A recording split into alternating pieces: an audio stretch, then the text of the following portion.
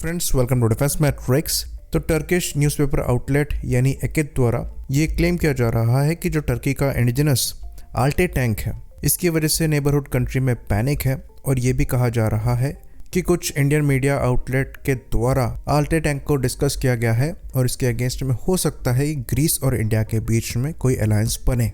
तो इनकी इस रिपोर्ट में किस इंडियन मीडिया आउटलेट को आधार बनाकर क्लेम किया गया है ये मेंशन नहीं है। बाकी इनके आर्टिकल में इस हाइपोथेटिकल सिचुएशन को कंसीडर करते हुए इंडियन रिस्पांस को भी एस्टिमेट करने की कोशिश करी गई है पॉसिबल ग्रीस और टर्की की वॉर में। यहाँ तक कि ये भी सजेस्ट इनके द्वारा किया जा रहा है कि अगर फ्यूचर में ग्रीस को आल्टे के माइट को फेस करना पड़े तो इंडिया एज अ सेवियर यहाँ पर आ सकता है। तो आज की इस वीडियो में हम यही समझने की कोशिश करेंगे कि इनका आल्टे टैंक कितना कैपेबल है और ये जो इनकी कंसर्न है ये कितनी जायज़ है। तो टर्की द्वारा आल्टे को इंडिजिनस टैंक ज़रूर बोला जाता है, पर ये एक्चुअली बेस्ड है south Korean K2 black panther पर। तो ये इंडिजिनसली प्रोड्यूस्ड ज़रूर है, पर यहाँ पर इनको टेक्नोलॉजी ट्रांसफ़र मिला है Hyundai रोटेम से। तो K2 ब्लैक पैंथर अपने आप में ही दुनिया के one of the best tanks में आता है, तो डेफिनेटली वहाँ से इसको बेनिफिट मिला है और ये एक्चुअली काफ़ी ज़्यादा डिसेंट टैंक है। कैपेबिलिटी की बात करें तो मेन गन यहाँ पर 120 मिलीमीटर की स्मूथ बोर कैनन है, जिससे ये different armour piercing rounds, anti tank rounds को फायर करने में सक्षम है। बाकी सेकेंडरी गन की बात करें तो यहाँ पर एक रिमोट कंट्रोल वेपन स्टेशन दिया गया है, जहाँ पर 12.7 मिलीमीटर या फिर 7.62 मिलीमीटर की मशीन गन लगाई जा सकती है। बाकी एक कोएक्सियल 7.62 मिलीमीटर की गन तो यहाँ पर है ही। इंजन Hyundai से ही आता है, जो कि एक 12 cylinder water cooled diesel engine है और 1500 हॉर्स पावर को प्रोड्यूस करने में सक्षम है। टैंक का वजन करीबन 65 टन का है और जो पावर टू वेट रेशियो है ये 23 हॉर्स पावर पर टन का मिल जाता है। बाकी आर्मर की बात करें तो यहाँ पर टर्की द्वारा इंडिजिनसली ही आर्मर को डेवलप किया गया है, जिसमें रॉकेटसन ने आर्मर पैकेज को बनाया है, जहाँ पर कंपोजिट आर्मर्ड है, जो कि कोरियन स्पेशल आर्मर प्लेट का ही मॉडिफाइड वर्जन है।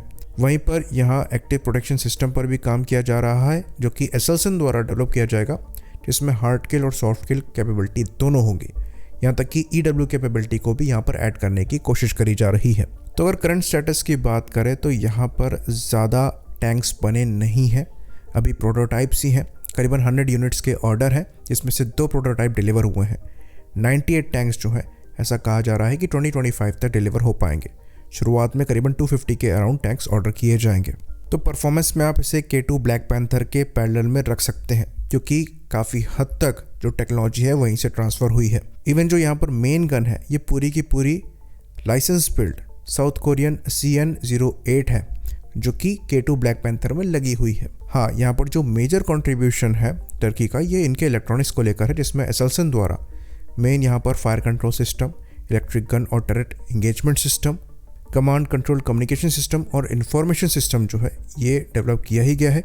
साथ ही साथ driver vision system, laser warning system, remote control weapon system ये भी एसएलसन द्वारा ही डेवलप किया गया है। इसके कंपैरिजन में अगर आप ग्रीस की बात करेंगे तो ग्रीस द्वारा जर्मन लेपर्ड 2 टैंक यूज़ किए जाते हैं, जिसमें सबसे लेटेस्ट उनके पास 2A6 वर्जन है, जो कि अगेन थोड़ा ज़्यादा मॉडिफाइड है हेलेनिक आर्मी के हिसाब से और ज़्यादा प्रोटेक्टेड टैंक है। कैपेबिलिटी वाइज आल्टे थोड़ा सा लेटेस्ट है तो थोड़ा बेहतर मालूम पड़ता है, पर दोनों कंपैरेबल हैं। ऑल्दो अगर आप मॉडर्न वॉरफेयर को देखेंगे तो एक टैंक को दूसरे टैंक से ज़्यादा ड्रोन्स, मिसाइल्स और माइंस से खतरा है। तो एक्चुअल वॉर के सिनेरियो में अगर आपको किसी टैंक की परफॉर्मेंस चेक करनी है या फिर उसकी कैपेबिलिटी के अगेंस्ट में कुछ पिच करना है तो आप टैंक को खाली नहीं कर सकते। तो डेफिनेटली आल्टे जैसी कैपेबिलिटी का टैंक एक चैलेंज हो सकता है हेलेनिक मिलिट्री के लिए। पर अगर यहाँ पर ये कहा जा रहा है कि ये ग्रीस को और इंडिया को नर्वस कर देगा तो ये सेंस नहीं बनाता। इंडिया के लिहाज में बात करें तो इस आर्टिकल में ऐसा नहीं कहा गया है कि ये टैंक पाकिस्तान को जाएंगे, जिसकी वजह से इंडिया के लिए ये प्रॉब्लमेटिक हो सकते हैं, बल्कि यहाँ पर ऐसा मेंशन किया गया है कि ग्रीस के सपोर्ट में इंडिया आ सकता है, जिसकी वजह से इंडिया के लिए भी ये सरदर्द बन सकता है। खैर, ऐसा कोई अलायंस फिलहाल दिखता हुआ मालूम नहीं पड़ता है, ऑल्दो इंडिया और ग्रीस के बीच में डिफेंस कोलैबोरेशन पहले से ज़्यादा बढ़ रहा है, पर इस लेवल पर अभी नहीं पहुँचा है। फिर भी अगर सॉल्यूशंस की बात करें तो इंडिया द्वारा स्वार्म ड्रोन टेक्नोलॉजी में काफ़ी अच्छी खासी प्रोग्रेस करी गई है।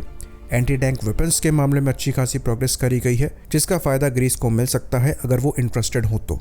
टैंक्स के मामले में इंडिया फ़िलहाल थोड़ा लैग करता है। हमारे जो T90 टैंक्स हैं इनके कंपैरिजन में आल्टे थोड़ा बेटर है। बट अगेन हमारे रिक्वायरमेंट्स, टेरेन सब डिफरेंट है, तो डायरेक्ट कंपैरिजन यहाँ पर सेंस नहीं बनाता।